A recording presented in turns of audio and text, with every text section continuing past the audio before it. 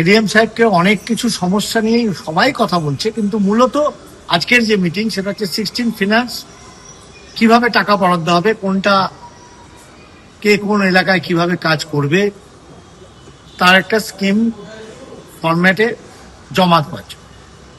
তা সত্ত্বেও আরো অনেক কিছু আলোচনা আছে। আমার মূলত যে আলোচনা ছিল গত 2 বছর ধরে, সেই আলোচনার রেস্ট টেনেই আমি আজকেও এমইসিটি যে কলেজটা, সেই কলেজটা দীর্ঘদিন ধরে নষ্ট হয়ে যাচ্ছে। এই জেলা পরিষদের অধীনে আছে কলেজটা, মাত্র 286টা ছাত্র নিয়ে চলছে। অধিকাংশ অধ্যাপকের এখনো পর্যন্ত মাইনা নেই, কেউ 4 মাস পর, কেউ 5 মাস পর তারা মাইনা পায়। কেন এখনো পর্যন্ত কোর্টের অধীন হয়ে আছে, এর জবাব তো জেলা পরিষদকেই দিতে হবে। কেন দিতে পারছে না জেলা পরিষদ? জেলা পরিষদে দুর্নীতির অভিযোগ মুখ্যমন্ত্রীর, মানতে নারাজ সভাধিপতি। মিটিং এ এসে তৃণমূল পরিচালিত জেলা পরিষদের সভাধিপতিকে নিশানা করেছে বিজেপি। গতকালের বৈঠকে যোগ দেন সভাধিপতি, 2 সাংসদ আবু তাহের খান ও খলিলুর রহমান। বৈঠকে ছিলেন বহরমপুরের বিজেপি বিধায়ক, জঙ্গিপুরের বিধায়ক, ডোমকলের সিপিএম বিধায়ক।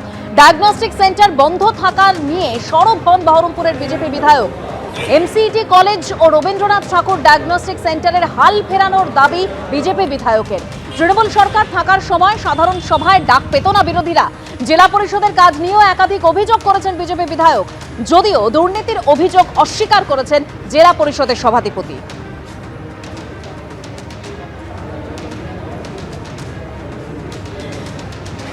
এডিএম সাহেবকে অনেক কিছু সমস্যা নিয়ে সবাই কথা বলছে, কিন্তু মূলত আজকের যে মিটিং সেটা হচ্ছে 16 ফিনান্স কিভাবে টাকা বরাদ্দ হবে, কোনটা কে কোন এলাকায় কিভাবে কাজ করবে তার একটা স্কিম ফরম্যাটে জমা পাচ্ছে।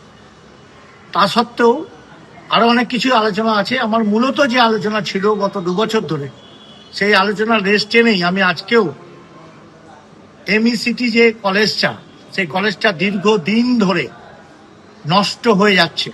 এই জেলা পরিষদের অধীনে আছে কলেজটা, মাত্র 286টা ছাত্র নিয়ে চলছে।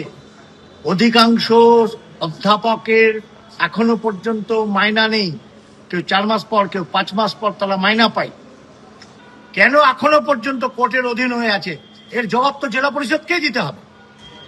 কেন দিতে পারছে না জেলা পরিষদ? এখানে অনেক রকম কোয়ারিজ ছিল, সেগুলো আমরা ফুলফিল করতে পেরেছি, তাদের ক্যান্সার দিতে পেরেছি। প্রথম থেকে বলে আসি যে মুর্শিদাবাদ জেলা পরিষদ এবং মুর্শিদাবাদ জেলা পরিষদের প্রপার্টি মানে জেলার উন্নয়নের জন্য, এবং সকলের সকলের রাইটস রয়েছে তা নিয়ে জানা। তো সেটা নিয়ে একটা পুরো বই দেওয়া হলো মেম্বারদের হাতে, বিধায়কদের হাতে। আর তার পাশাপাশি মানুষের যাতে অসুবিধে না হয় সেই বিষয়গুলো প্রথম ভাগে আমারও তুলে ধরা। জেনারেল বডি মিটিং মানে যে সব রকম সমস্যা এখানেই তো তুলে ধরার জায়গা।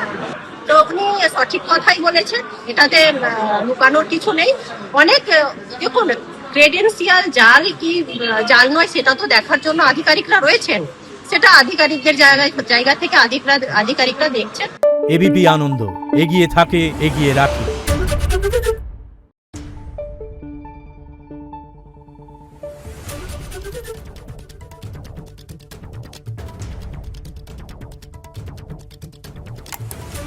Thank you.